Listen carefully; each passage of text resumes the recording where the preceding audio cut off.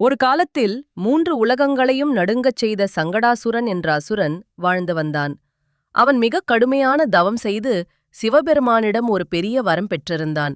அந்த வரத்தின் பலத்தால் அவன் அகந்தையுடன் நடந்து கொண்டு தேவர்களையும் மனிதர்களையும் கடுமையாகத் துன்புறுத்தினான். எங்கும் பயம், எங்கும் அழுகை, 3 உலகங்களும் சங்கடத்தில் மூழ்கின.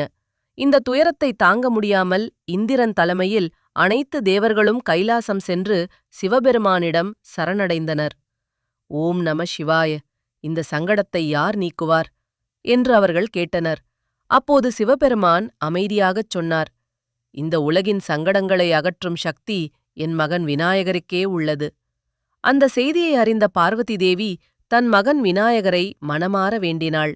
உடனே எலி வாகனத்தில் புன்னகையுடன் தெய்வீக ஒளியுடன் விநாயகர் தோன்றினார். அவர் தோன்றிய தருணமே உலகில் நம்பிக்கை மலர்ந்தது. விநாயகர் நேராகச் சென்று சங்கடாசுரனை எதிர்த்து நின்றார். இருவருக்கும் இடையில் ஒரு பயங்கரமான போர் நடந்தது. நாட்கள் கடந்தன. பூமி அதிர்ந்தது. வானம் குமுறியது.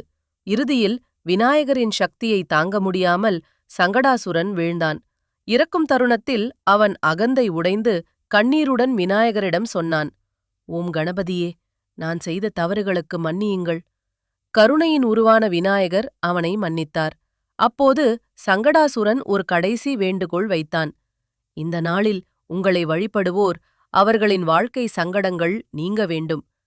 விநாயகர் சிரித்தபடி கூறினார், இந்த சதுர்த்தி நாளில் என்னை பக்தியுடன் வழிபட்டு விரதமிருந்து நிலவை தரிசிப்பவர்கள் அனைத்து சங்கடங்களிலிருந்தும் விடுபடுவார்கள்.